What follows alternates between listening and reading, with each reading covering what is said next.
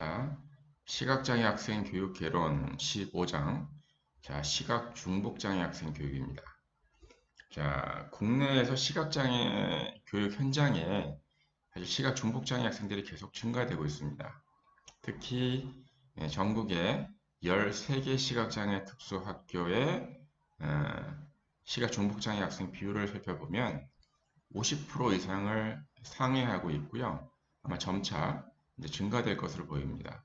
그래서 의학이 발달하면서 사실은 단순 시각장애 학생 수가 감소하는 반면에 시각 중복장애 학생들은 늘어나는 추세입니다. 그래서 여러분들이 시각 중복장애 학생 교육 방법에 대해서 이해하시는 게 중요합니다. 자, 시각 중복장애 학생을 지도하려면 교육 과정이 필요하죠. 교육 과정이 있어야지만 거기에 따라서 교과서와 지도서 같은 교과형 도서들이 개발이 되고요. 이거를 활용을 해서 현장에서 수업 준비가 이루어지겠죠. 우리나라 교육과정은 크게 이제 비장애 학생들이 사용하는 또 감각장애 학생들이 사용하는 일반 교육과정과 또 일반 교육과정을 사용하기 어려운 주로 발달장애 아이들이 사용하는 기본 교육과정이 있습니다. 기본 교육과정도 마찬가지로 기능적 교육과정, 또 생활중심 교육과정으로 사실 개발이 되어 있기는 합니다.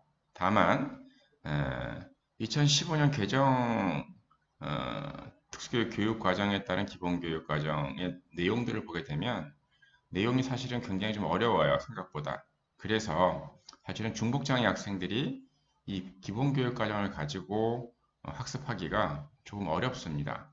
그래서 기존의 기본교육과정보다 훨씬 더 기능적인 교육과정이 필요하다고 볼 수가 있습니다.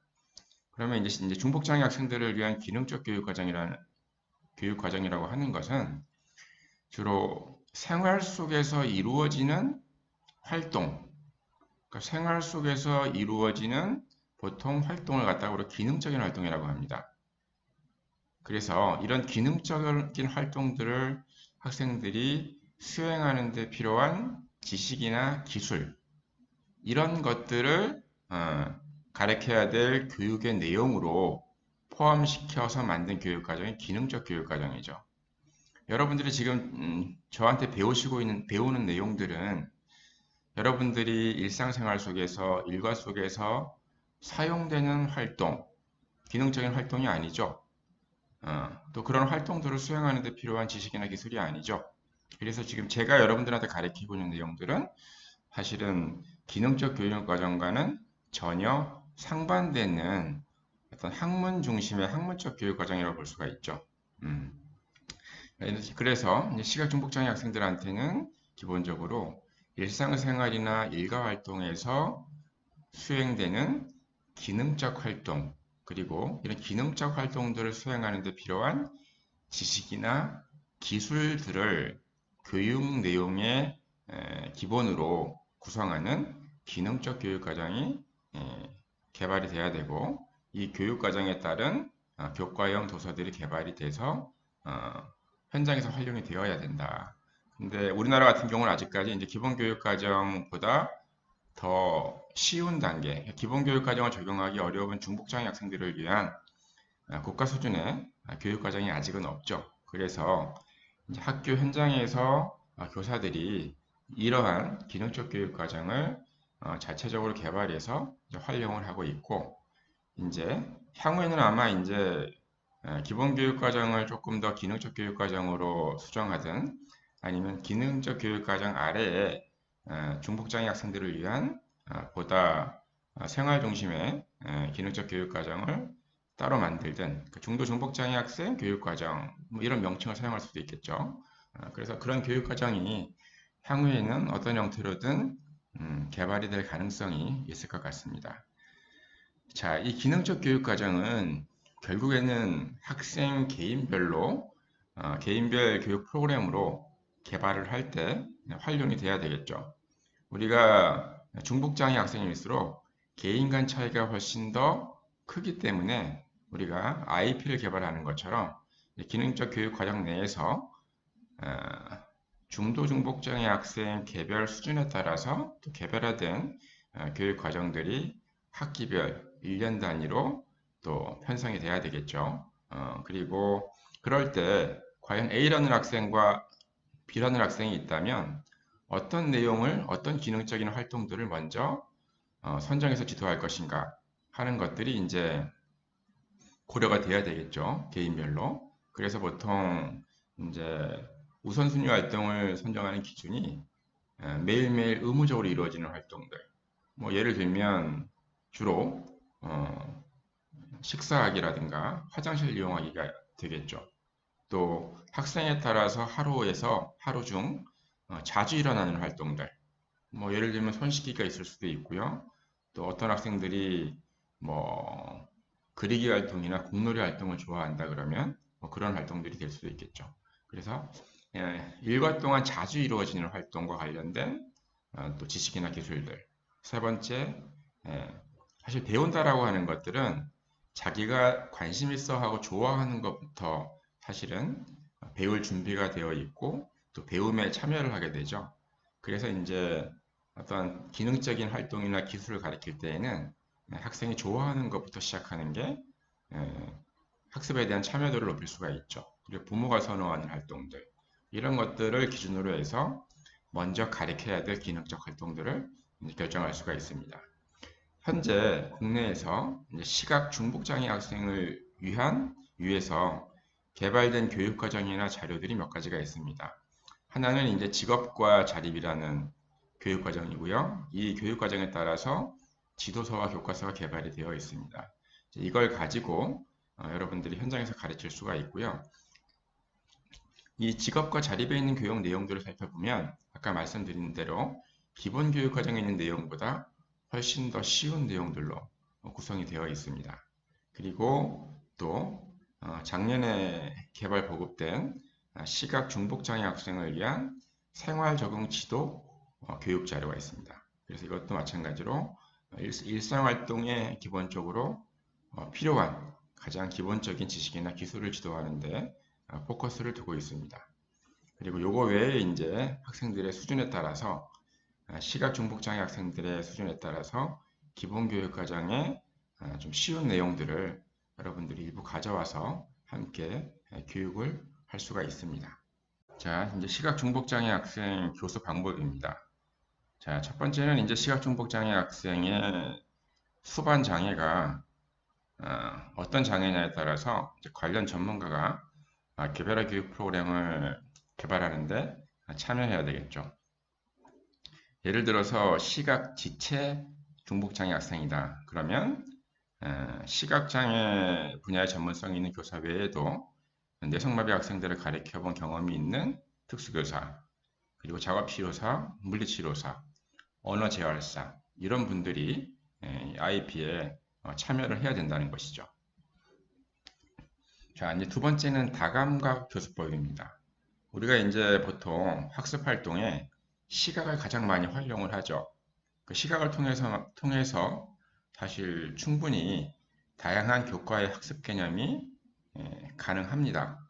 그러나 이제 시각 장애가 있는 학생들은 시각 정보를 온전히 받아들이기가 수집하기가 어렵기 때문에 다른 감각, 오감을 활용한 정보를 통해서 학습이 이루어질 필요가 있는 것이죠. 저시력 학생 같은 경우에는 잔존 시각을 활용을 하되 그 외에 촉각이나 청각이나 후각 정보들을 후각을 통해서 얻어진 정보들을 합쳐서 브릿징 연결해서 하나의 대상이나 하나의 물체에 대한 개념을 학습하게 되는 것이고요. 맹학생들은 전혀 볼 수가 없기 때문에 시각을 제외한 주로 촉각과 그 외 청각이라든가 후각으로부터 받아들인 정보를 통해서 그리고 그 정보들을 통합을 해서 특정 사물이나 대상에 대한 개념을 학습하게 되는 것이죠. 그래서 이제 시각장애 학생들하고 학습할 때에는 이 오감을 다 활용해서 정보를 수집하고 그 정보들을 통합해서 특정 대상이나 특정 개념에 대한 이해가 이루어질 수 있도록 지도를 해야 된다라는 것이죠. 자, 세 번째는 이미 여러분들이 6장에서 배웠던 내용들입니다. 자, 신체적 안내법과 촉각 모델링이죠. 자, 촉각 모델링이라고 하는 것들은 보통 아이들은 이제 시각 모델링을 하죠. 눈으로 보고 이제 따라서 모방하는 것이죠. 그게 어렵기 때문에 이제 시각 중복 장애 학생들 같은 경우에는 이제 촉각 모델링을 하는 거죠. 자, 인사하기 자세를 선생님의 자세를 취하고 있으면 눈으로 볼 수가 없기 때문에 손으로 만져서 선생님의 자세를 갖다가 확인하고 모방하는 것이죠. 자, 이제 신체적 안내법은 학생이 바른 인사하기 자세를 배울 때 선생님이 손으로 학생의 머리나 목이나 허리나 신체 부위를 터치해서 적절한 인사 자세를 갖다가 가이드해주는, 안내해주는, 만들어주는 방법을 말합니다.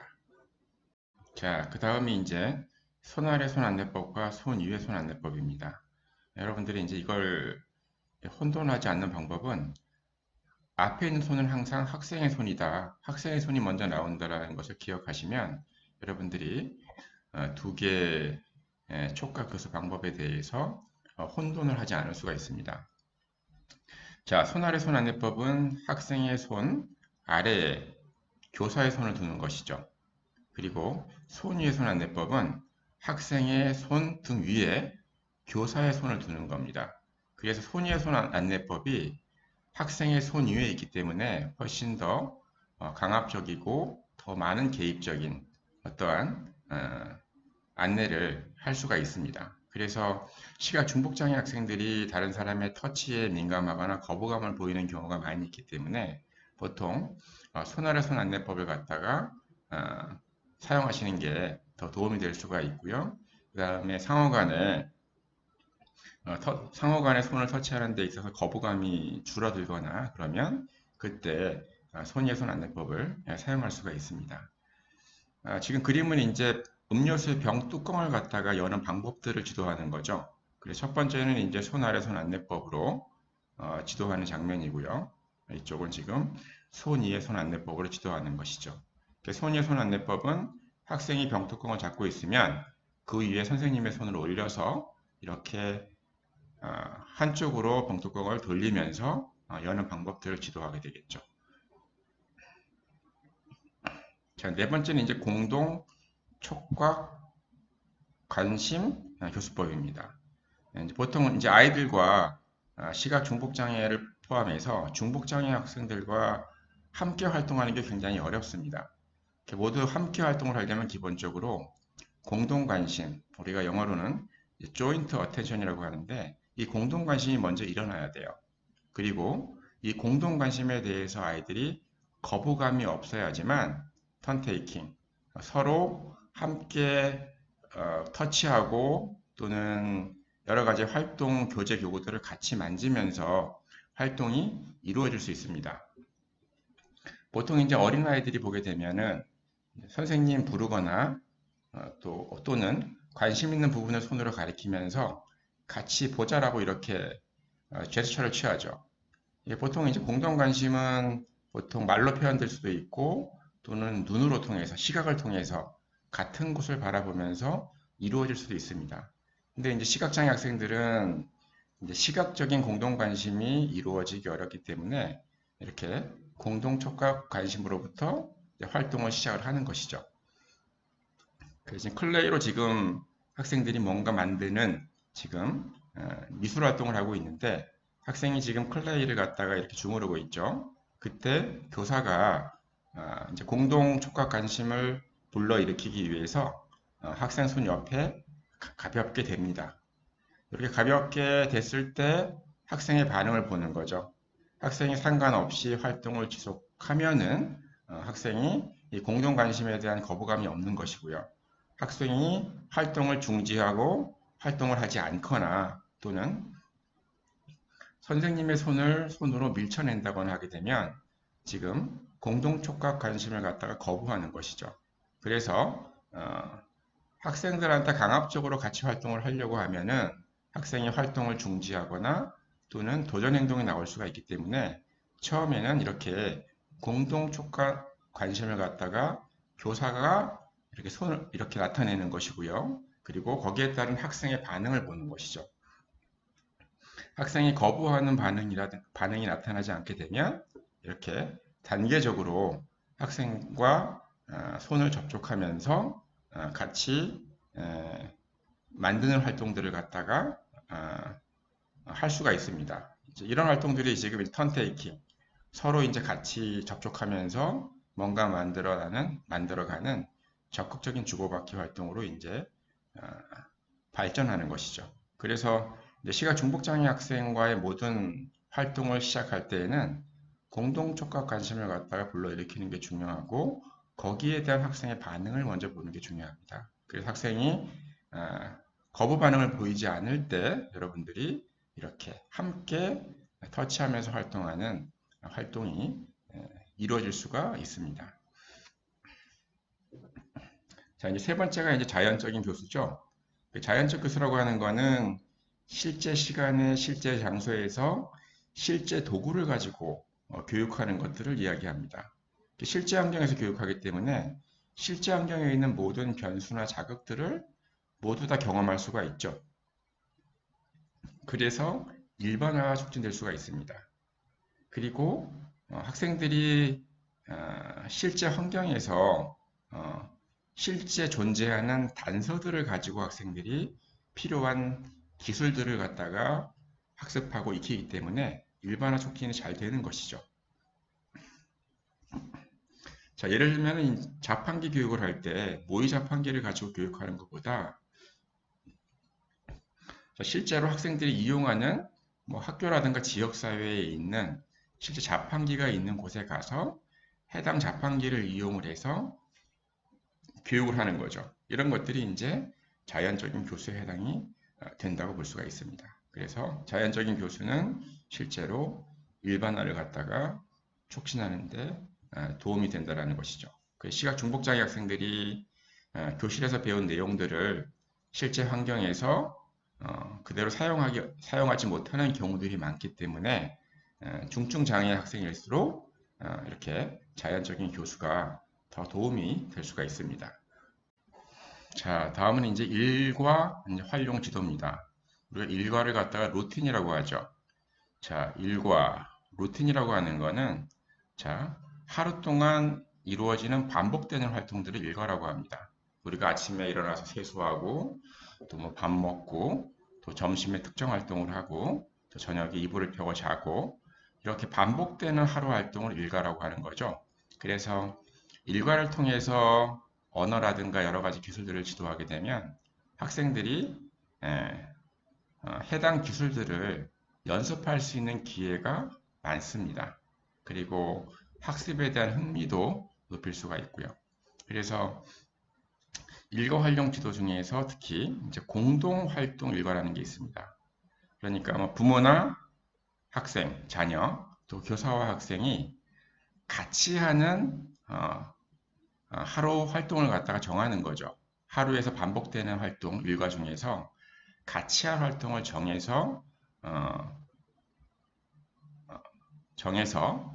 그 활동 속에서 뭔가를 가리키는 것들을 갖다가 우리가 공동활동 일과라고 합니다.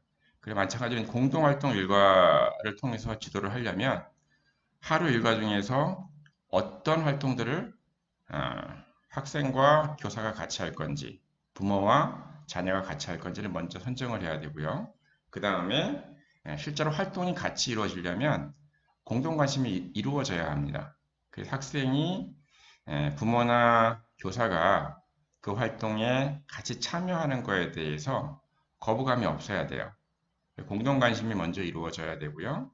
그 다음에 공동으로 하는 활동이기 때문에 처음에는 역할이 분담이 돼야 되고요. 그 다음에는 역할을 서로 바꾸어서 해야 됩니다. 그럼으로써 이제 그 일과를 갖다가 독립적으로 수행할 수도 있게 되고요. 일상생활의 기술의 경우에는 또 일상생활 속에서 사용되는 여러 가지 언어라든가 다른 기술들도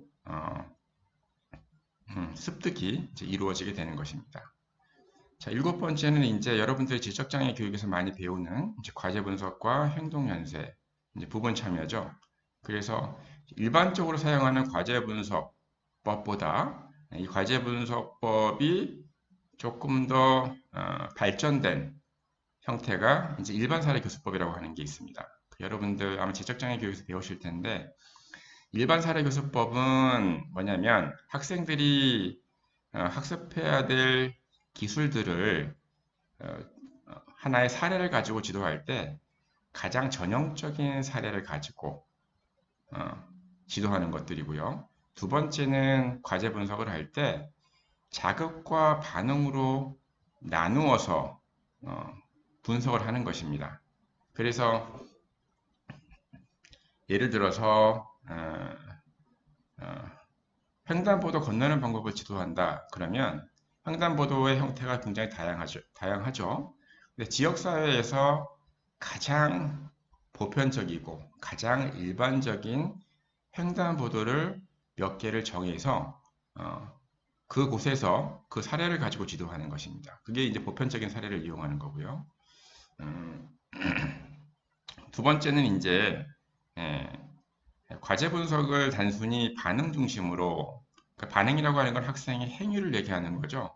예를 들면 우리가 특히 양치를 과제 분석 많이 하는데 내 칫솔을 찾는다, 칫솔에다가 치약을 묻힌다, 그 다음에 아랫니를 닦는다, 물을 헹군다. 자, 제가 얘기한 걸 보시게 되면 하나의 행동이죠. 학생이 기술을 습득했을 때 이루어지는 행동들이죠. 그러니까 반응 중심으로 분석을 한 겁니다. 그런데 일반 사례 교수법에서는 자극과 반응으로 두 가지로 나누어서 기본적으로 분석을 합니다. 과제 분석을 할 때.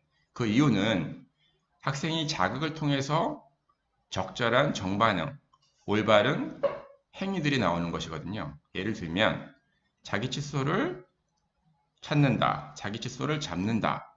자, 이게 하나의 반응인데, 정반응인데, 이 정반응이 나오려면 학생들이 자기 칫솔의 형태나 색깔이나 특징을 갖다가 학생들이 먼저 익혀야 되는 거죠.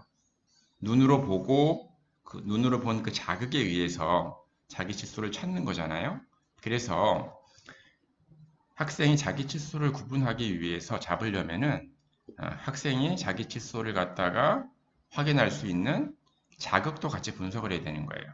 그래서 학생의 칫솔은 훨씬 더 거칠거칠하다거나 또는 여기에 어떠한 고무줄이 걸려 있어서 고무줄이 있는 게 자기 칫솔이라든가 또는 자기 칫솔은 파란 색깔이라든가 이렇게 자극을 분석을 해서 이 자극을 가르쳐야지만 학생들이 자기 칫솔을 갖다가 잡는다 하는 정반응이 이루어질 수 있다는 거죠. 여러분들이 이렇게 양치하기를 과제 분석할 때 단순히 반응 중심, 학생의 행위 중심으로만 분석할 게 아니라 실제로 해당 행위를 하기 위해서는 어떤 자극을 학생들이 보고 이 행위를 할 수 있을 것인가 하는 자극을 여러분들이 같이 분석을 해야 된다는 것이죠. 이게 이제 전통적인 과제 분석과 이 과제 분석이 조금 더 진일보한 일반 사례 교수법의 차이라고 볼 수가 있습니다. 여러분들 자세한 내용들은 한번 지적장애 교육에서 다시 한번 아마 배울 기회가 있을 것으로 생각이 됩니다. 두 번째, 우리가 과제 분석 또는 일반 사례 교수법을 통해서 과제 분석하는 이유는 이 단계 중에서 과제 분석한 작은 단계에서 어떤 단계가 눈으로 보고 할 수 있는 단계인지, 그래서 눈으로 많이 봐야 되는 비중이 높은 단계가 어떤 단계인지를 확인하는 데 과제 분석의 목적이 있습니다. 눈으로 많이 봐야 되는 활동들은 시각장애 학생들이 수행하기가 어렵겠죠. 그러면 그 단계는 대안적인 방법이 필요한 것입니다. 그 대안적인 방법을 가르쳐야지만 그 단계를 수행할 수 있는 것들이죠. 자, 그래서 예를 들면 양치하기 단계에서 가장 시각을 많이 활용해야 되는 단계가 여러분들이 눈을 감고 한번 눈을 감은 상태에서 이 각각의 단계를 수행한다고 생각해 보세요. 어떤 단계가 가장 시각을 많이 활용해야지만 정확하게 수행할 수 있을까요? 아마 정전이 됐다 그러면 여러분들이 치약을 적당량을 칫솔모에다가 짜는 게 제일 어려울 겁니다. 그래서 이 단계를 안 보이는 시각장애 학생들이, 시각 중복장애 학생들이 어떻게 수행할 수 있지? 과제 분석을 통해서 이런 것들을 확인할 수가 있죠. 그래서 대안적인 방법들을 지도하는 거죠. 그래서 보통 일반 중도 중복장애 학생들이 사용하는 것처럼 펌프형 치약을 활용하는 방법도 있고요. 또는 칫솔 옆에 손가락을 대고 손가락을 이용해서 칫솔모의 위치를 확인하고 짜는 방법도 있고요. 또는 손가락에다가 적정량을 짠 다음에 다시 그거를 입이나 칫솔모에 묻혀서 하는 방법들도 있고요. 그래서 이렇게 과제 분석하는 이유는 기본적으로 전체 과제를 학생들이 기억하고 이해하고 수행하기가 어렵기 때문에 그런 것도 물론 있고요. 그거 외에 시각장애가 있기 때문에 어떤 단계가 눈을 시력을 많이 활용해서 수행해야 되는 단계냐, 그 단계를 확인하고 대안적인 수행 방법들을 지도하기 위해서 또 과제 분석을 하게 됩니다. 자, 과제 분석된 이제 내용들은 이제 행동 연쇄를 통해서 가리키게 되죠. 그래서 전체 행동 연쇄, 또 전진 행동 연쇄, 후진 행동 연쇄 등이 있고요. 보통 이제 중증 중복장애 학생들은 이제 후진 행동 연쇄를 통해서 지도하는 경우가 많이 있습니다. 자, 그 다음에 부분 참여의 원리죠. 그래서 실제 이 5단계를 학생이 다 단계별로 기술을 습득하지 못했으니까 양치하는 것들을 선생님이나 부모가 다 도와줘야 되겠다라고 하는 것은 부분 참여의 원리가 아니죠. 여기 있는 5단계를 다 못한다 하더라도 할 수 있는 단계가 있으면 그 단계는 지도에서 학생이 독립적으로 수행할 수 있도록 해주는 것이고요. 학생이 수행하기 어려운 단계는 교사가 또는 부모가 도움을 주는 것이죠. 그래서 전체 활동을 혼자서 할 수 없다 하더라도 할 수 있는 단계만이라도 지도에서 독립적으로 수행할 수 있도록 하는 게 바로 부분 참여의 원리라고 볼 수가 있습니다. 그래서 여러분들이 이제 시각 중복장애 학생들 지도할 때 과제 분석을 해서 학생들이 수행할 수 있는 단계가 어떤 단계인지 보시고 그 단계만이라도 지도에서 혼자서 할 수 있도록 하는 게 필요하다라는 말씀입니다. 자, 이제 다음은 이제 주제 중심 교육입니다. 이제 우리가 일반적으로 학교에서 우리가 수업을 할 때에는 각 교과 시간이 이렇게 정해져 있죠. 해당 교과 시간에 해당 교과의 진도에 맞추어서 각각의 단원들을 지도해 나가는 것이죠, 일반적으로. 근데 주제 중심 교육이라고 하는 거는 자, 학생들한테 가르쳐야 될 주제를 정해놓고 그리고 해당 교과 시간에 해당 주간에 해당 교과 시간에 특정 주제와 관련된 내용들을 지도하는 것이죠. 각 교과의 어떤 진도에 따라서 이루어지는 게 아니라 이번 주에 가르쳐야 될 주제가 있다 그러면 해당 수업 시간에 교과 시간에 관련된 주제를 가리키는 것을 의미합니다. 또는 이제 중도 중복장애 학생 같은 경우에는 교과 중심으로 학교 교육 과정이 편성되어 있지 않은 경우도 많이 있습니다. 우리 기본 교육 과정 보시게 되면 국어, 수학, 과학, 사회, 실과 여러 교과들로 되어 있지만 이제 중도 중복장애 학생 같은 경우에는 이 기본 교육 과정을 적용하기 어렵기 때문에 이 교과와 상관없이 학교 교육 과정이 편성되어 있는 경우가 있습니다. 그런 경우에 수업 시간에 특정 주제를 가리키기 위해서 실제로 그 주제와 관련된 글 읽기, 그 주제와 관련된 그리기, 그 주제와 관련된 노래 부르기, 그 주제와 관련된 여러 가지 활동들을 갖다가 한 수업에서 두세 개 활동을 한다 그러면 그런 것들이 그 주제를 중심으로 활동이 계속해서 이루어지는 것들을 우리가 주제 중심 교육이라고 합니다. 주제중심 교육은 정리해서 말씀드리면 기존에 교과 수업에서 개별 교과가 각각의 진도에 따라서 단원 수업을 하는 게 아니라 첫 번째, 해당 주제와 관련된 내용들을 그 주간에, 그 주일에 교과 시간에 해당 주제와 관련된 내용들을 중심으로 가리키는 방법이 한 가지가 있고요.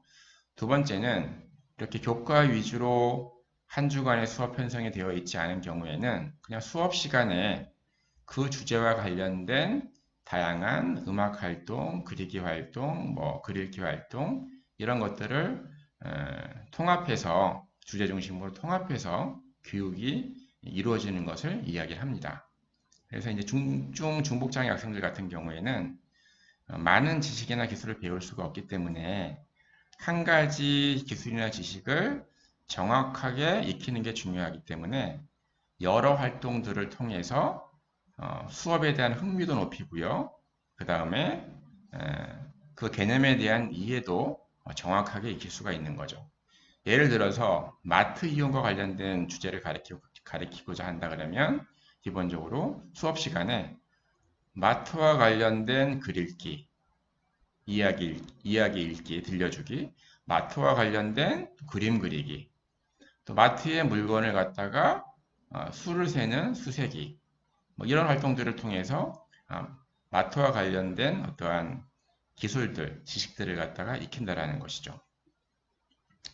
자, 두 번째는 이제 클러스터 교육입니다. 이제 클러스터 교육을 하려면 기본적으로 클러스터 매트릭스를 짜야 됩니다. 이 매트릭스는 기본적으로 위쪽에는 이쪽 라인에는 가르쳐야 될 기술들, 그러니까 중도 중복장애 학생이니까 아마 가르쳐야 될 기술들이 많지는 않겠죠. 한 주에 기술들을 갖다가 목록들을 작성을 하고요. 그리고 하단에는 보통 학생들의 학교 생활 일과를 씁니다. 학생들의 학교 일과. 학교에서 들어와서 또 학교를 나갈 때까지 그 일과 시간들을 쭉 적고 해당 기술이 활용될 수 있는 시간대가 활동 시간대가 어떤 시간에 해당 기술이 활용될 수 있는지를 갖다가 체크합니다. 체크를 하고 해당 기술이 접목될 수 있는, 활용될 수 있는 시간이 있다 그러면 그 시간을 담당하시는 교직원들이 직원이나 또는 부모 또는 교사들이 해당 기술을 갖다 가르치는 것이죠.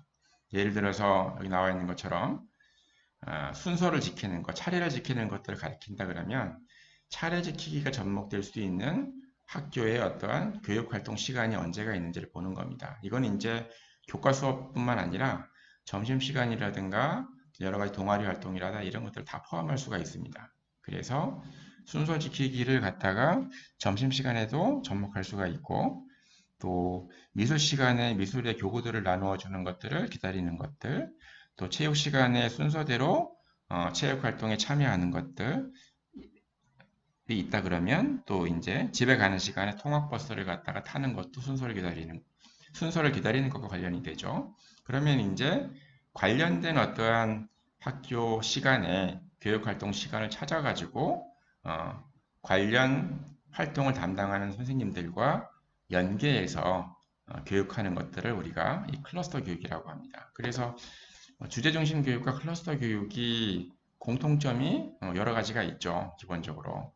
특히 이제 클러스터 교육은 아까 말씀드린 대로 수업 시간 외에 점심 시간이라든가 기타 시간까지도 다 교육 장면으로 다 포함을 시킨다라는 것들이 중요하고요.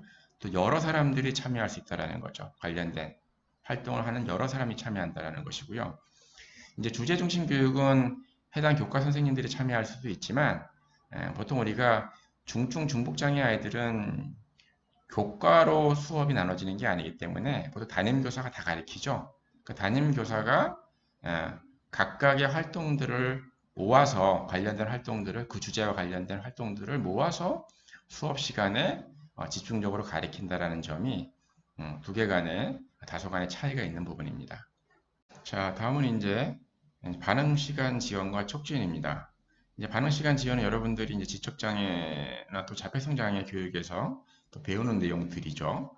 그래서 이제 지적인 인지 수준이 낮기 때문에 이제 학습한 내용들을 학생들이 다시 산출해서 독립적으로 정반응을 나타내는데 시간이 필요합니다. 그러니까 뇌가 작동하는데 시간이 필요하기 때문에 교사가 어떤 것들을 요구하고 또 학생이 정반응을 할 때까지, 반응할 때까지 조금 더 기다려주는 시간을 갖다가 늘려야 한다는 게 이제 반응 시간 지연입니다.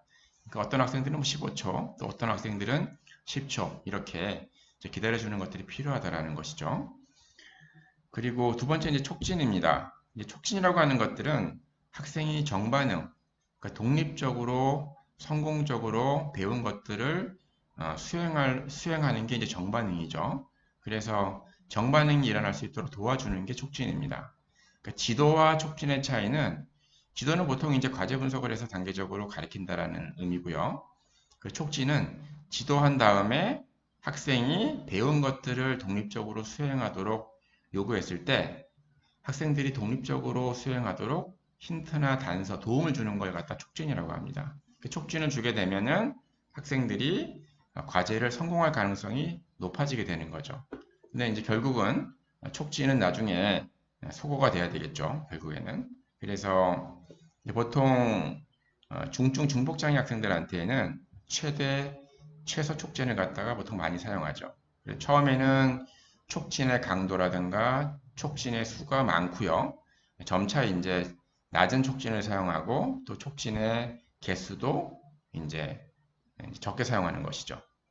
그래서 처음에는 신체 촉진을 주고 그 다음에는 말로만 촉진을 주는 거. 이런 것들이 이제 강도를 줄여나가는 것들이고 또 처음에는 이제 말로도 촉진을 주고 또 신체로도 촉진을 주는 거. 두 가지 촉진을 같이 주는 거죠. 이렇게 여러 개의 촉진을 동시에 사용하다가 나중에는 언어 촉진, 촉진을 한 개만 주는 형태. 이렇게 해서 전반적으로 촉진을 감소시켜 나가는 것들이 이제 중도 중복장애 학생들한테 주로 많이 사용하는 촉진이죠.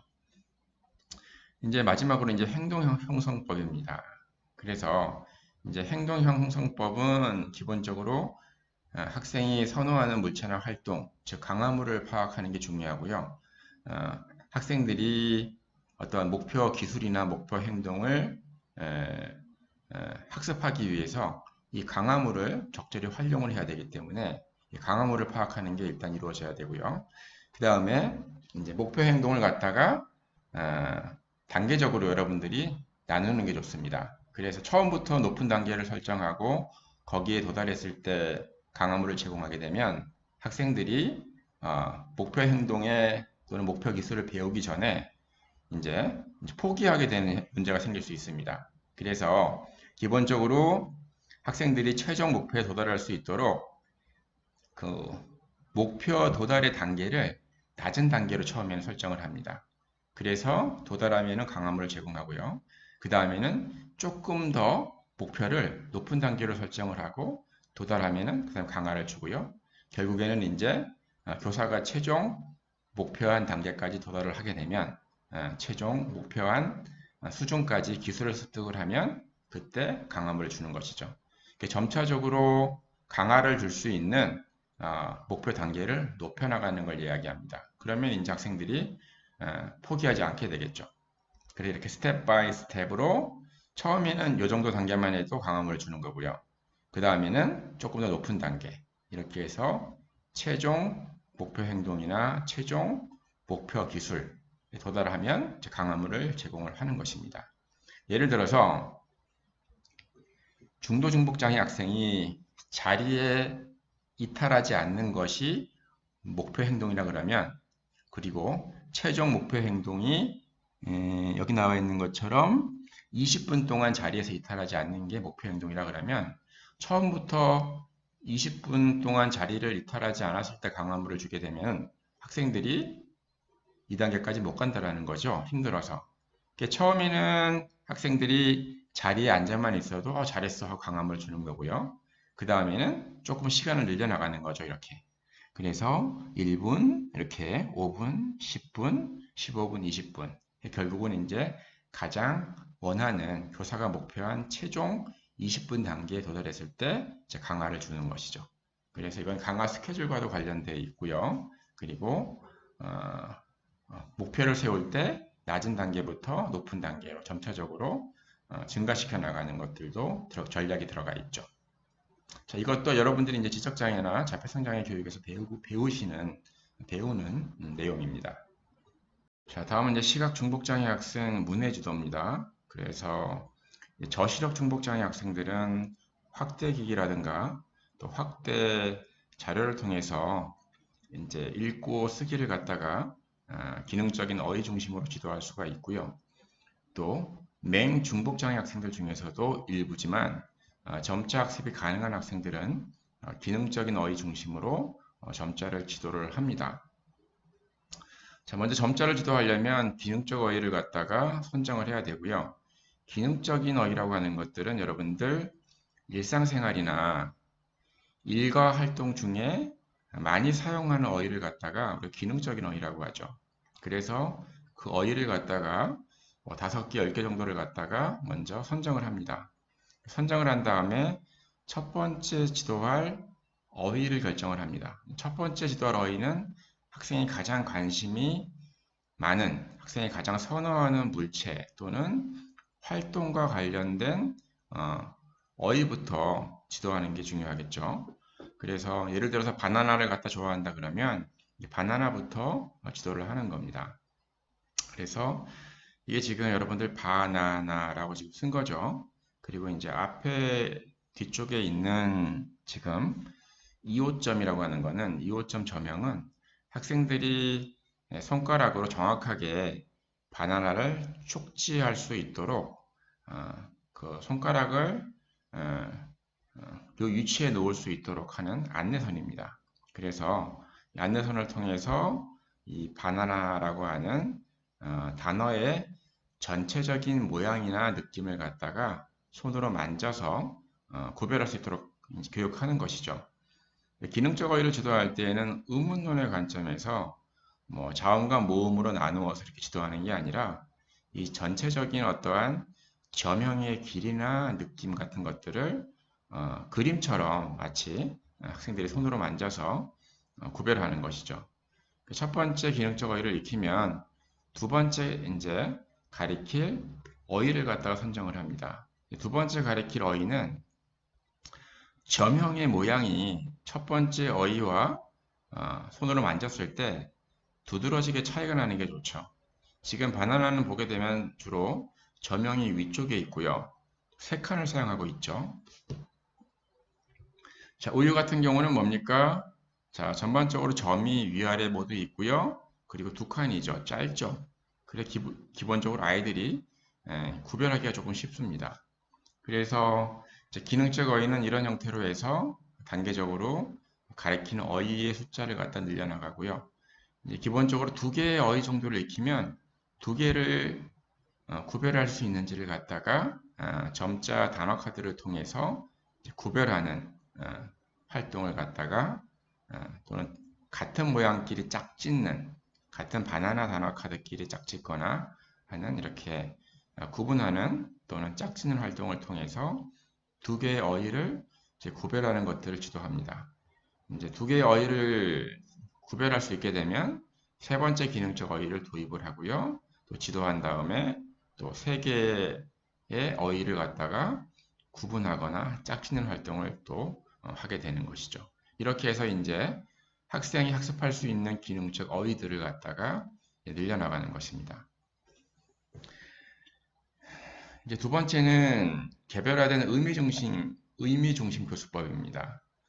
이거는 점자든 목자든 다 사용할 수 있는 것들이고요. 이제 개별화되어 있다라는 건 이제 학생 개인별로 일과 활동이 다를 수 있죠.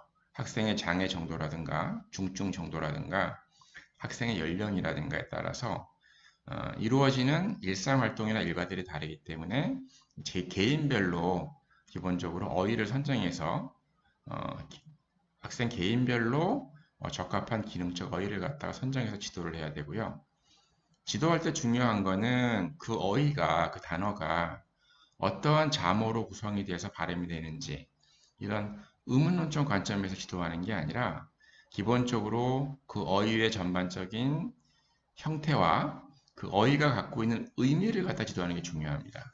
그래서 학생이 뭐 물이라고 이야기하는 게 중요한 게 아니라 물컵이라고 이야기하는 게 중요한 게 아니라 물이라는 게 물컵이라고 하는 게 어떤 의미를 갖고 있는지를 갖다가 이해할 수 있도록 지도하는 게 훨씬 더 중요하다는 것이죠.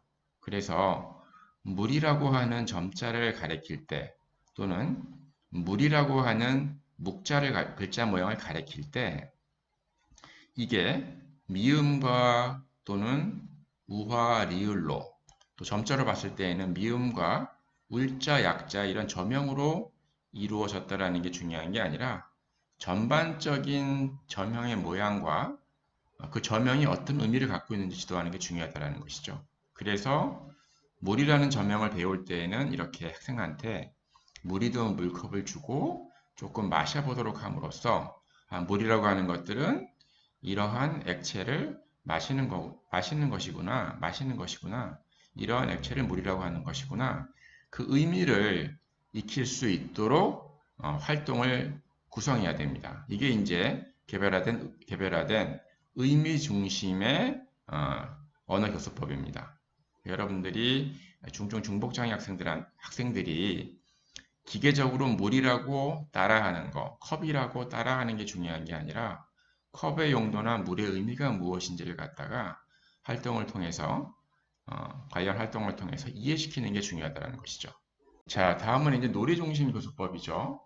우리가 중복장애 학생들이 학습 활동에 대한 관심이나 흥미가 적습니다. 주의 집중이 어렵고요. 또 주의 집중 시간이 짧죠. 그래 기본적으로 이제 놀이 활동, 게임 활동을 통해서 필요한 내용들을 가리키는 게 도움이 되는 것이죠. 그래서 이게 지금 여러분들 보시면은 지금 바나나나 또는 우유라고 하는 그런 점자 어휘를 갖다가 지도하기 위한 어떠한 놀이 형태의 연습지입니다. 그래서 여러분들 보시는 것처럼 이렇게 2호점이라고 하는 것들은 수영장의 물을 나타내는 것이고요. 학생들한테 이렇게 직선으로 되어 있는 건 수영장 물이고 또 이렇게 들어가 있는 것들은 바나나하고 우유다라는 것들을 가르쳐 주시고 바나나랑 우유에 대한 어떤 저명을 카드로 배운 다음에 이 연습지를 가지고 다시 한번 반복 연습하는 것이죠. 그래서 우리 여기 수영장에 있는데 여기서 한번 바나나가 우유가 빠져 있는데 바나나를 찾으면 찾았다 얘기하고 한번 바나나를 갖다가 가리키면 바나나를 건지는 것이야 라고 이렇게 게임처럼 스토리텔링을 해주는 거죠. 그래서 손으로 이렇게 만져가면서 첫 번째 바나나예요. 그러면 바나나를 찾았구나 이렇게 게임 형태로 하면서 학생들이 바나나와 우유의 어떤 저명들을 학생들이 익힐 수 있도록 할 수 있습니다. 자, 네 번째는 이제 경험북이죠. 지금 이거는 이제 사물과 점자가 들어가 있는 촉각 경험북입니다. 그래서 이건 기본적으로 경험북은 언어경험 접근법의 기초에서 활용되는 어떤 교수 방법이고요. 경험북이라고 하는 것들은. 그래서 학생이 하루 중에 있었던 학생들이 좋아했던 재미있어했던 그런 활동들이 있으면 경험들이 있으면 그 경험을 교사가 책으로 만들어서 학생들이 책으로 다시 한번 어휘를 갖다가 점자를 갖다 익히는 것들이죠. 사물이나 점자를 통해서 경험했던 것들을 다시 한번 익히는 게 경험북입니다. 그래서 지금 생일 파티 했던 것들이 생일 파티를 했던 경험이 있고 그 경험을 선생님이 책으로 만든 거죠. 그래서 책에다가 생일 파티 때 먹었던 여러 가지 피자라든가 과일들, 모형들을 갖다 붙여놓고요. 그 다음에 생일 파티에 사용된 어떤 여러 가지 도구들, 또 과자를 갖다가 이렇게 점자로 표기를 해놓는 것이죠. 그래서 이 책을 만져보면서 경험도 상기하고 또 경험과 관련했던 사물들의 이름들을 확인하고 또 점자로 한번 손으로 만져서 또 한번 확인하고 하는 거죠. 이렇게 해서 이제 경험을 통해서 묵자나 또는 점자를 갖다가 익힐 수가 있습니다. 경험북이라고 하는 것들은 판매되지 않기 때문에 선생님들이 학생이 굉장히 인상적으로 느꼈던 그런 활동 경험들이 있으면 선생님들이 직접 이렇게 사물과 점자 스티커 또는 큰 글자를 가지고 이렇게 경험북을 만드시면 됩니다. 다음은 이제 시각중복장애 학생의 의사소통 방법입니다. 자, 우리가 보통 모든 수업의 기초는 의사소통이죠. 학생과 교사 간의 의사소통이 이루어지지 않으면 그게 교과학습이든 일상생활 기술에 대한 학습이든 그 교육이 이루어지기가 어렵습니다. 그래서 구어 소통이 어려운 학생들은 기본적으로 보완대체 의사소통을 사용을 해야 되겠죠. 그래서 특히 이제 저시력 중복장애 학생들 같은 경우에 저시력과 지적장애라든가 자폐성 장애를 갖고 있는 학생들 같은 경우에는 그림 상징 의사소통 카드를 사용을 해서 의사소통을 할 수가 있고요. 다만 이제 보통 일반적으로 지적장애 학생이나 자폐성 장애 학생들이 사용하는 것과 달리 이제 고대비 그림 상징이어야 되고요.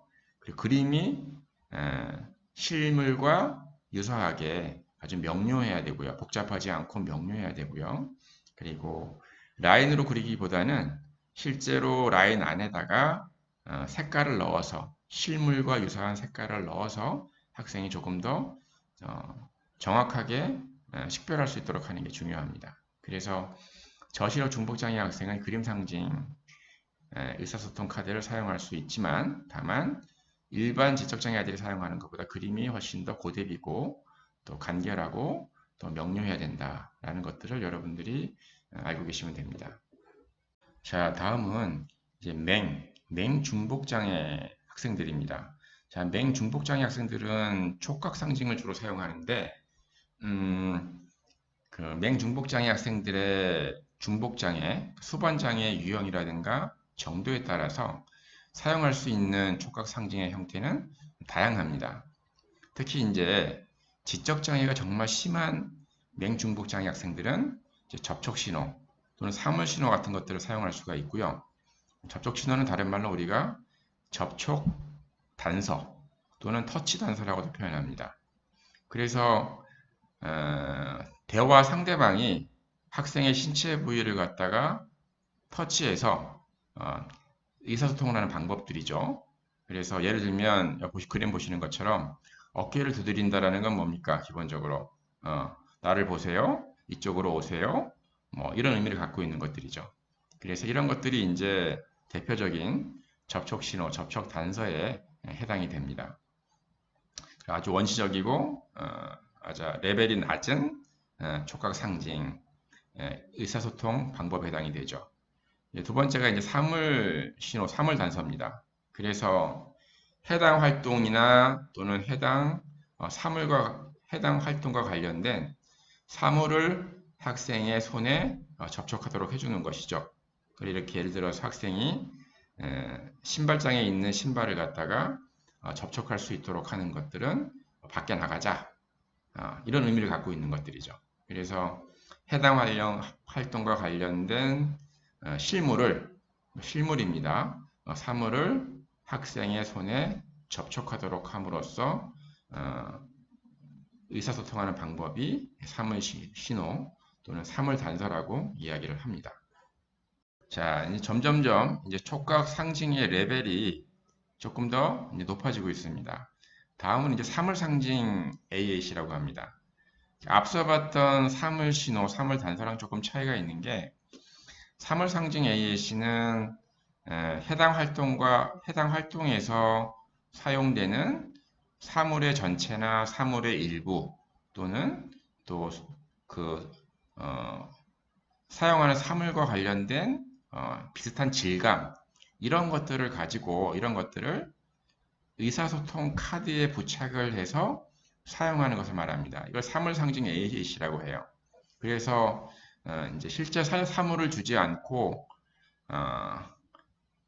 의사소통 카드에다 부착을 하는 이유는 이 사물을 줬을 때, 이 공을 줬을 때 공을 가지고 놀자 또는 공을 가지고 학생들이 조작하는 활동을 하지 않고 카드에 부착되어 있음으로써 이거는 선생님과 대화 상대방과 나의 의사소통 목적으로 사용하는 어떠한 도구구나라는 것들을 인식할 수 있는 것이죠. 그래서 이제 사물 신호, 사물 단서는 해당되는 실물을 직접 학생의 손에 대어서 터치하는 것이지만 사물 상징 AAC라고 하는 것은 이렇게 보통 의사소통 카드에 부착을 해서 언어 소통을 목적으로 사용을 하는 것입니다.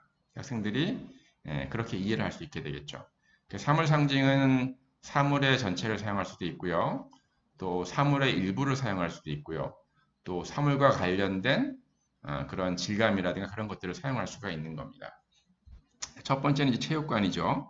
학생이 체육관에서 공놀이 하는 걸 좋아한다 그러면 이제 카드에다 공을 부착함으로써 학생이 체육관 또는 체육 활동을 갖다가 체육 활동으로 아이들이 이해할 수 있고요. 또 이렇게 과자 봉지라든가 또는 우유팩 같은 걸 부착함으로써 학생이 간식 활동 또는 학생이 좋아하는 우유 주세요. 뭐 이런 목적으로 활용할 수가 있고요. 또 보건실 같은 경우에는 자주 넘어져서 다칠 때 무릎에다 반창고를 붙여주고 무릎에 붙어있는 반창고를 학생들이 신기해서 접촉을 한다 그러면 이 반창고가 보건실을 나타내는 그런 사물 상징으로 활용이 될 수가 있는 거고요. 그리고 이거는 이제 화장실에 있는 보통 타일이죠. 바닥이나 벽면에 타일이 있죠. 보통 학생들이 이제 화장실에 들어가게 되면 벽면을 만지고 들어가기 때문에 그 타일의 느낌을 알 수가 있죠. 그래서 질감이 유사한 타일을 이렇게 부착해서 화장실을 나타낼 수가 있죠. 그래서 기본적으로 이제 사물 상징을 갖다 여러분들이 선정할 때 어떤 활동과 관련된 사물 상징을 선택할 때 학생이 그 사물을 손으로 자주 접촉하는 사물이어야 됩니다. 왜냐하면 접촉하지 않으면 학생들이 확인하기가 어렵죠. 기본적으로 눈으로 볼 수 있는 게 아니기 때문에. 그래서 이렇게 사물 상징 AH를 사용하는 경우가 있고요. 자, 그 다음은 이제 키워드 사인입니다. 우리가 다른 말로 베이비 사인이라고 또 볼 수가 있고 비슷하고요. 그 다음에 우리가 몇 년 전에 개발된 손담이라는 것도 이 키워드 사인에 속한다고 볼 수가 있습니다. 그래서 수어를 사용하기 어려운 학생들 같은 경우에는 기본적으로 의사 표현을 위해서 문장 전체를 갖다가 수어로 표현하는 게 아니라 표현하고 싶은 문장에서 가장 대표되는 어휘를 통해서 기본적으로 표현하는 것이죠. 그래서 이제 키워드 사인으로 쓸 수 있는 거는 수어에서 가장 기본적인 어휘들을 사용할 수도 있고요. 또는 비장애인들이 보편적으로 사용하는 몸짓이라든가 제스처 이런 것들을 사인으로 나타낼 키워드 사인으로 사용할 수가 있는 것들이죠. 그래서 나 뭐뭐 하는 거 이제 그만하고 싶어요. 뭐 그런 것들을 표현할 때 대표적인 어휘가 이제 그만이죠. 그만, 중지. 그래서 거기에 해당되는 이러한 몸짓이라든가 수어를 통해서 전체 의사 표현을 갖다가 축약해서 하는 거죠. 이렇게. 이걸 키워드 사인이라고 합니다. 자, 다음은 이제 시각 중복 장애 학생의 어떠한 장애 유형 중에서 시청각 장애 학생, 그러니까 시각 장애와 청각 장애를 동시에 갖고 있는 학생들이 주로 사용하는 의사소통 방법입니다. 보통 이제 수어나 점자를 이제 기반으로 하게 되는데요. 이게 이제 촉수어라고 하는 겁니다. 촉수어. 일반 수어는 이제 상대방이 수어의 어떠한 형태나 수어의 어떤 움직임을 눈으로 보고 이제 의미를 이제 파악할 수 있지만 이제 시청각 장애 학생들 같은 경우에는 시력에도 문제가 있고 청력에도 문제가 있기 때문에 상대방의 수어 움직임을 볼 수가 없죠. 그래서 촉수어라고 하는 거는 수어하는 상대방의 손 위에 시청각 장애 학생의 손을 올려놓고 상대방의 수어 동작을 손으로 만져서 이해하는 겁니다. 그래서 이제 이런 것들이 촉수어입니다. 촉수어는 기본적으로 상대방의 손 위에 시청각 장애 학생의 손을 얹어서 상대방의 수어 동작을 확인하는 걸 촉수어라고 합니다. 또 이제 촉지어라는 게 있죠. 보통 이제 여러분들 지와 같은 것들이 보통 우리가 한글 같은 경우에 우리가 자음과 모음을 갖다가 우리가 손의 동작, 손가락의 어떤 동작을 가지고 표현을 하게 되죠. 근데 마찬가지로 이제 시청각 학생들은 일반적인 지문자를 눈으로 볼 수가 없기 때문에 이렇게 상대방이 시청각 장애인의 손에다가 지화를 갖다 이렇게 표현을 합니다. 지문자를. 그래서 이 상대방의 어떠한 손의 움직임을 가지고 또 어느 부위를 어떻게 터치하느냐를 가지고 기본적으로 이 시청각 장애 학생이 지문자를 갖다가 파악하게 되는 것이죠. 그래서 이걸 갖다가 이제 촉감으로 손의 촉감으로 파악하는 것이기 때문에 우리가 촉지화라고 이렇게 부르는 것이죠. 여러분들 촉지화입니다. 이제 지문자를 눈으로 볼 수 없기 때문에 이제 시청각 장애인 손에다가 손을 접촉을 해서 지문자를 나타내는 방식이죠. C고요, D고요, E, F. 자, 이렇게 눈으로 볼 수 없기 때문에 이렇게 시청각 장애인 손바닥에다가 이제 알파벳을 나타내는 것을 접촉해서 이걸 촉지화라고 하고 있고요. 우리나라도 올해 현재 개발이 되고 있습니다. 자, 다음은 시청각 장애 학생들 중에서 시력이 조금 남아있는 시청각 장애 학생들 같은 경우에는 일반 수어를 조금 더 변형시킨 수어를 사용을 합니다. 첫 번째는 근접 수어죠. 수어를 할 때 시청각 장애 학생들이 볼 수 있도록 가까이서 이제 수어하는 것들 이야기합니다. 두 번째 이제 시야 내 수어입니다. 이제 보통 이제 시각이 남아있는 시청각 장애 학생이라 하더라도 시야 문제가 있어서 시야가 좁은 학생들 같은 경우에는 수어 동작이 크게 되면은 수어 동작을 놓칠 수가 있죠. 시야가 좁으니까. 그래서 이 정도의 어떤 시야를 가지고 있다 그러면 이 범위 내에서 수어의 동작과 움직임을 움직이는 범위를 이 안으로 제한을 해서 수어를 표현하는 것입니다. 세 번째는 수어 추적입니다. 이제 수어의 움직임을 갖다가 눈으로 쫓아가는 게 어렵죠. 그래서 이제 그런 이제 시청각 장애인들을 위해서 이렇게 수어 추적이라는 기술을 사용합니다. 수어 추적은 이제 상대방의 손목을 시청각 장애 학생이 잡습니다. 그러면 기본적으로 본인이 잡고 있기 때문에 상대방의 수어 동작을 눈으로 쫓아가기가 쉬워요. 손의 움직임을 느끼기 때문에 손이 왼쪽으로 움직이면 눈도 왼쪽으로 같이 쫓아가면 되겠죠. 그래서 상대방의 손목을 잡음으로 인해서 상대방의 손 동작의 움직임을 쉽게 파악하고 눈으로 따라갈 수가 있는 거죠. 이걸 갖다가 수어 추적이라고 합니다. 그래서 잔존 시력이 조금 남아있는 시청각 장애 학생들은 이렇게 일반 수어를 조금 변형해서 이렇게 사용할 수가 있습니다. 다음은 이제 손바닥에다가 글자를 써서 이제 의사소통하는 방법이죠. 보통 이제 대화 상대방이 수어를 모를 때에는 이렇게 서로 글자를 써서 의사표현을 할 수가 있죠. 보통 시청각 장애인의 손바닥에 이렇게 대화 상대방이 손에 글자를 써서 이렇게 소통하는 방법이 한 가지가 있고요.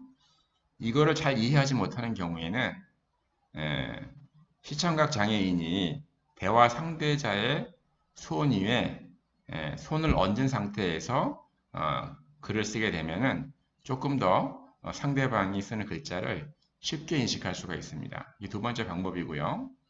세 번째 방법은 시청각 장애인의 손바닥에 시청각 장애인의 손가락을 대화 상대자가 잡고 쓰는 겁니다. 그러니까 자기 손바닥에 자기 손가락으로 글자를 쓰기 때문에 훨씬 더 글자를 잘 인식할 수가 있는 거죠. 어쨌든 손바닥 문자는 세 가지 방법이 있고 학생들의 이해 수준에 따라서 세 가지 방법을 선택적으로 사용할 수가 있습니다.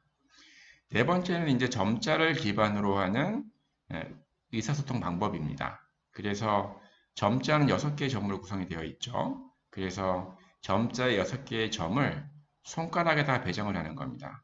이렇게 1점, 2점, 4점, 5점, 6점, 7점 이렇게 대화 상대방이 시청각 장애인의 손가락에 이렇게 6개의 손가락을 가지고 저명을 갖다가 손가락을 터치해서 점자를 나타내는 것입니다. 이걸 가지고 의사소통하는 것이죠.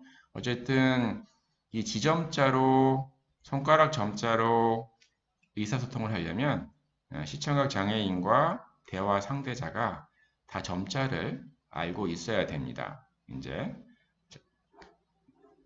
지금 우리나라에서는 아직 상용화되지 않았지만 아마 올해 2021년도 올해 일본에서 개발된 지점자를 근거로 우리나라 지점자를 개발을 하고 있는 것으로 알고 있습니다. 자, 다음 여러분 캘린더 박스입니다. 보통 이제 중증의 지적장애나 자폐성 장애 아이들한테 하루 일과의 일정을 알릴 때 보통 이 캘린더 박스를 활용을 하죠. 여러분들이 보통 학교에 가면은 월요일날 시간표, 화요일날 시간표 이런 것들이 게시판에 부착되어 있죠.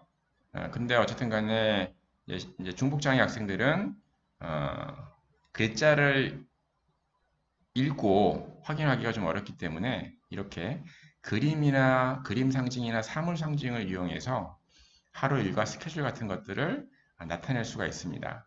여기에 사용되는 게 이제 캘린더 박스라고 하는 거죠. 이제 캘린더가 달력이라는 의미잖아요. 그래서 하루 일과 또는 주간 일과 또는 월간 일과 이런 것들을 나타내는데 사용되는 게 주로 이제 캘린더 박스입니다.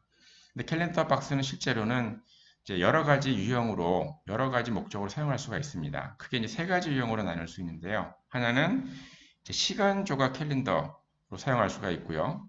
두 번째는 순서 캘린더, 세 번째는 선택 캘린더.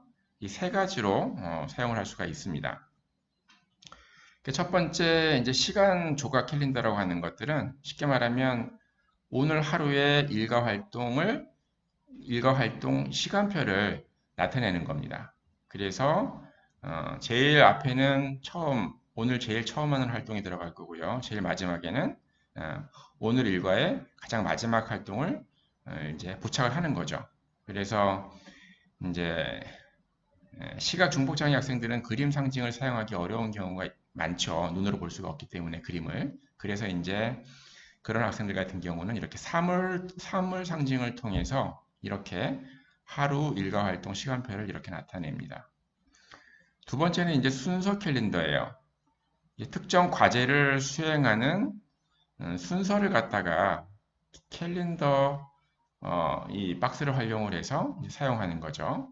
이제 캘린더 박스는 상자 형태로 되어 있는 경우도 있고 이렇게 벨크로 형태로 부착하는 여러 가지 형태가 있습니다. 지금 사진에 있는 건 이제 상자 형태가 아니라 이제 벨크로 박스에다 부착을 하는 형태죠. 이것도 역시 이제 캘린더 박스라고 우리가 부릅니다.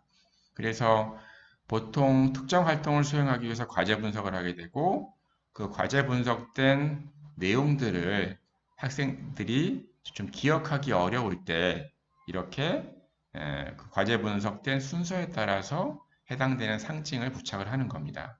지금 이거는 이제 마트 이용 활동과 관련된 것들을 과제 분석을 하고 학생이 마트에서 어떤 단계로 활동을 수행해 나가야 되는지를 갖다가 순서를 제시한 거죠. 그래서 마트에 이제 우유를 사러 가야 돼. 마트에 가서 이제 우유를 찾아야 되죠. 우유를 찾았으면 그 다음에는 체크카드, 직플카드를 이용을 해서 결제를 해야 되고요. 그 다음에는 빨대죠. 이제 빨대를 꽂아서 이제 먹는 거죠. 그러니까 마트 이용 활동을 크게 단순하게 필요한 물건을 사고 그 다음에 계산을 하고 그 다음에 물건을 갖다가 먹고 하는 것들을 이렇게 사물 상징으로 순서를 가지고 이렇게 제시를 한 거죠. 그래서 이제 순서에 따라 학생들이 활동을 할 수 있도록 하는 게 순서 캘린더입니다. 그 다음에는 선택 캘린더죠. 여러 가지 활동 중에서 여러 가지 간식 중에서 본인이 원하는 것, 선호하는 것들을 선택하도록 할 때 사용하는 게 이 선택 캘린더입니다. 그래서 뭐 두 가지를 사용할 수도 있고 세 가지를 넣을 수도 있고요. 중증장애 학생일수록 여러 가지에서 고르는 게 좀 어렵기 때문에 이렇게 두 가지 정도를 제시를 하고 어떤 활동을 할 것인지, 또 어떤 교구를 사용할 것인지, 또 어떤 음식을 먹을 것인지, 간식을 먹을 것인지를 갖다가 학생이 선택하도록 하는 것이죠. 일반적으로 이제 중증 중복장애 학생들은 수업할 때 선생님을 그대로 따라 모방하는 것들에 대해 흥미가 적습니다. 그래서 이제 수업 활동을 진행할 때 가급적이면 하나하나 학생들이 선택할 수 있는 기회를 주게 되면 학생들이 수업에 대한 집중력이나 주의 집중 시간이 조금 더 증가가 될 수 있습니다. 그래서 이렇게 선택 캘린더를 사물 상징을 이용해서 할 수 있는 것들이죠. 지금 그림에 있는 거는 체육 활동과 동화책을 읽는 활동 중에서 어떤 활동을 할 것인지를 갖다가 학생이 선택하도록 하기 위해서 이 선택 캘린더를 사용하고 있는 거죠. 자, 이 캘린더 박스를 사용하는 절차는 기본적으로 이제 캘린더 박스나 이런 매크로보드를 사용할 때 해당 활동을 시작하려면 기본적으로 해당 사물 상징을 학생이 탐색하도록 해야 되고요. 탐색이 끝난 다음에는 실제로 활동을 해야 됩니다. 활동이 끝나면 다시 캘린더 박스로 가서 해당 사물 상징을 치우거나 또는 상자의 덮개를 덮거나 그렇게 해서 해당 활동이 종료가 됐음을 알려줘야 되고요. 또 보다 중증의 학생 같은 경우에는 이렇게 시작 박스와 종료 박스 두 가지를 사용을 해서 활동을 하게 됩니다. 그러니까 시작 박스와 종료 박스는 손으로 만졌을 때 박스의 질감이 달라야 되고요, 먼저. 그래서 나우 박스에다가 시작 박스에다가 학생이랑 수행할 활동과 관련된 사물을 갖다가 집어넣습니다. 사물 상징을 갖다가. 그 다음에 학생이 이 시작 박스에 손을 집어넣어서 사물 상징을 확인하도록 하고요. 확인했으면 그 다음에 해당 활동을 수행을 합니다. 실제로 해당 활동을 수행하고요. 그 활동이 끝났으면 끝났다라는 것을 이제 알리기 위해서 질감이 다른 종료 박스에 그 사물 상징을 학생이랑 같이 넣습니다. 옮겨 넣습니다. 그걸 통해서 이제 학생이 이제 지금 하던 활동은 끝났구나 이런 것들을 알 수 있는 거죠. 그 다음에 두 번째 활동을 할 때는 마찬가지로 다시 시작 박스에다가 두 번째 활동과 관련된 사물 상징을 넣고요. 그 다음에 학생이 박스 안에 손을 집어넣어서 상징을 탐색하도록 하고요. 활동을 수행을 하고요. 활동이 끝나면 끝났음을 알리기 위해서 해당 사물 상징을 학생과 함께 종료 박스에 함께 넣어서 끝났음을 이제 알리게 되는 것이죠. 자, 이제 캘린더 박스를 활용하는 영상을 한번 살펴보겠습니다. 자, 첫 번째 사물 상징을 확인을 하고요. 자, 가서 이게 뭐 컴퓨터인지 모르겠어요. 컴퓨터 관련된 관련 활동을 하고요. 활동이 끝나면 다시 이 사물 상징을 종료 박스에다가 넣죠. 두 번째 활동을 마찬가지로 사물 상징을 확인을 하고 가서 이제 활동을 수행을 하고요. 놀이 활동이 종료가 되면 이렇게 선생님이랑 같이 사물 상징을 가져가서 종료 박스에다 이렇게 놓습니다. 자, 다음은 시각 중복장애 학생들의 독립보행 지도입니다. 자, 보통 이제 실내에서 학교에서 학생들이 방향 정리를 하려면 해당되는 교실을 찾아가려면 보통 점자 표지판을 손으로 읽어서 보통 확인을 하게 되겠죠. 근데 이제 시각 중복장애 학생들의 대부분은 사실은 점자를 읽고 쓰는 게 어렵습니다. 그래서 음악실이라든가 보건실 또는 뭐 체육관 이런 각 방, 각 실을 갖다가 확인하기 위해서 방과 관련된 사물을 보행 단서로 활용을 해서 점자 표지판 대신에 사물 상징을 보행 단서로 활용을 해서 각 실의 위치를 확인하도록 합니다.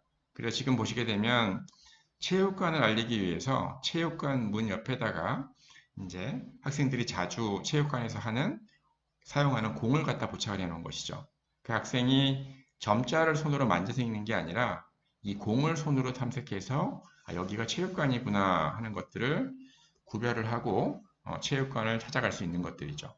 그래서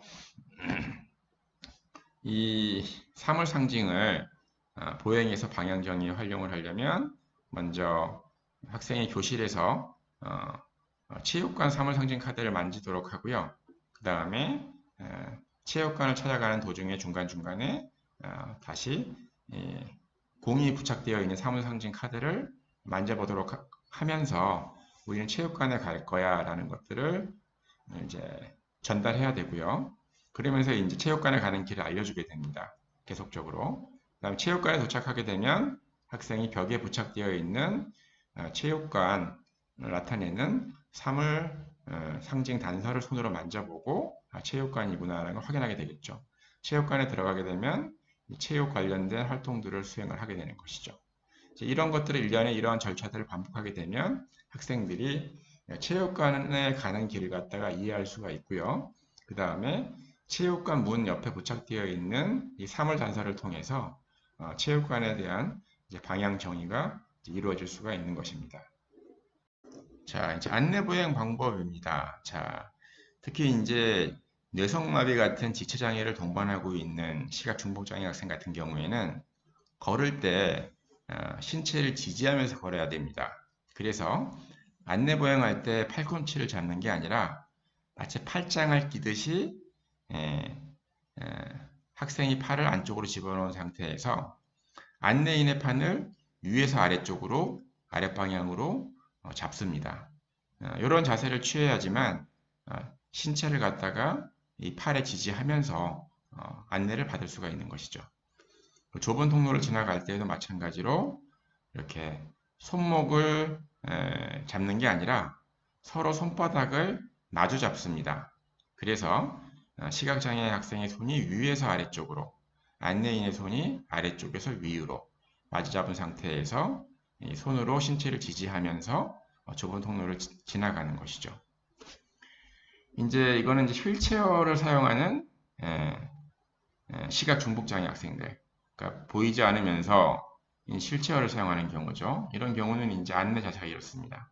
그래서 이렇게 잡음으로써 이제 안내인이 앞쪽에 서 있고요. 또 휠체어에 앉아 있는 시각장애인이 이렇게 팔을 잡습니다.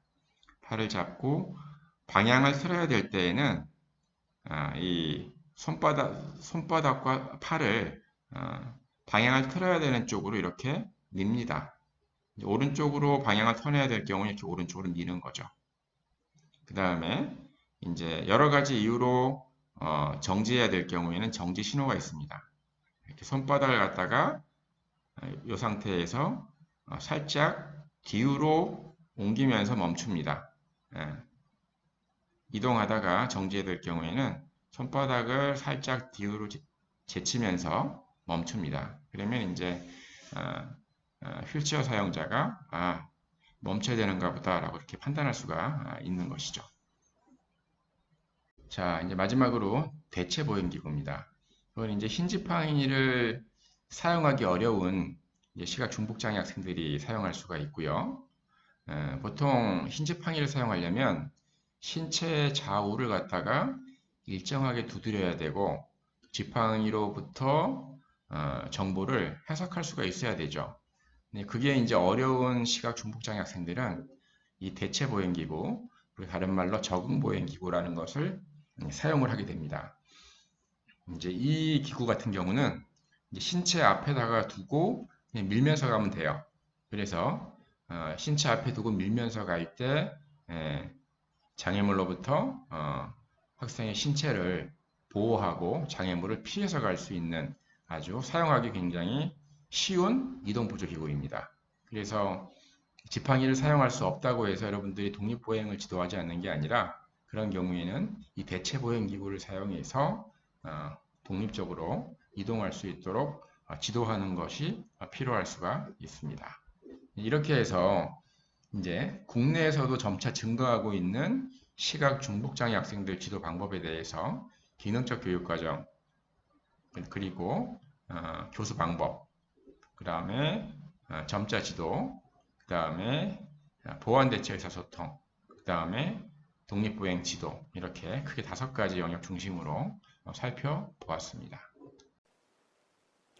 대체보행기구는 흰지팡이를 사용하기 힘든 시각장애 유아나 시각 중복장애 학생이 안전하고 독립적으로 이동하기 위해서 만들어진 보행 보조기구입니다.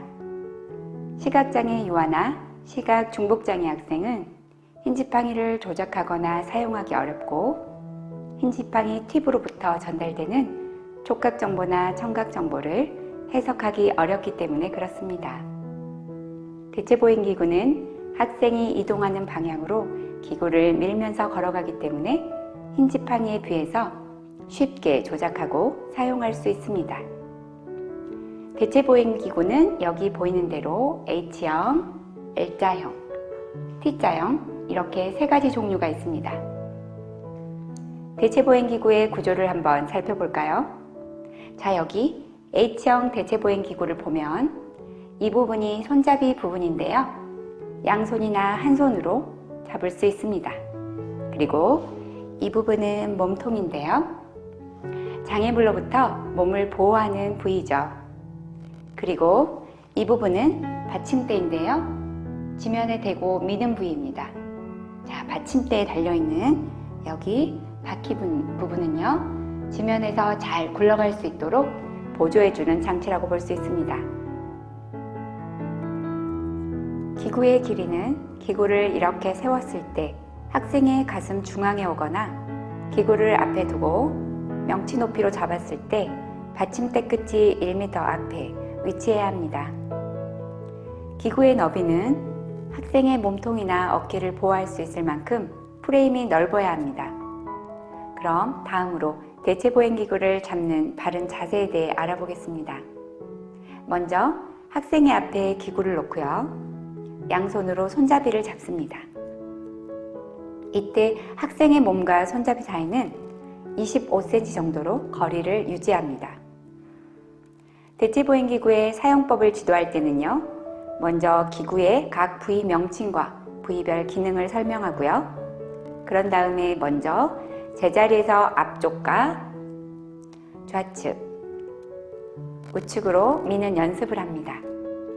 그리고 나면 장애물이 없는 짧은 거리를 걸어가는 연습을 해보고 익숙해지면 장애물이나 낙하 지점을 탐지하는 연습을 하며 대체보행기구의 사용법을 익힙니다. 시각 중복장애 학생이나 시각장애 유아에게 대체보행기구를 처음 지도할 때는 장애물이 없고 동기부여가 되는 가까운 목적지를 정하여 지도하는 것이 좋습니다. 대체보행기구를 사용할 때는 학생의 안전을 위해 항상 부모나 교사가 옆에 있어야 합니다. 학생이 대체보행기구를 능숙하게 사용하게 되면 흰지팡이를 이용한 교육을 시도해 볼 수 있습니다. 지금까지 대체보행기구에 대해 설명해 드렸고요. 현장에서 시각장애 유아나 시각중복장애 학생의 보행교육을 할 때 이 교구를 유용하게 사용하시기 바랍니다. 감사합니다.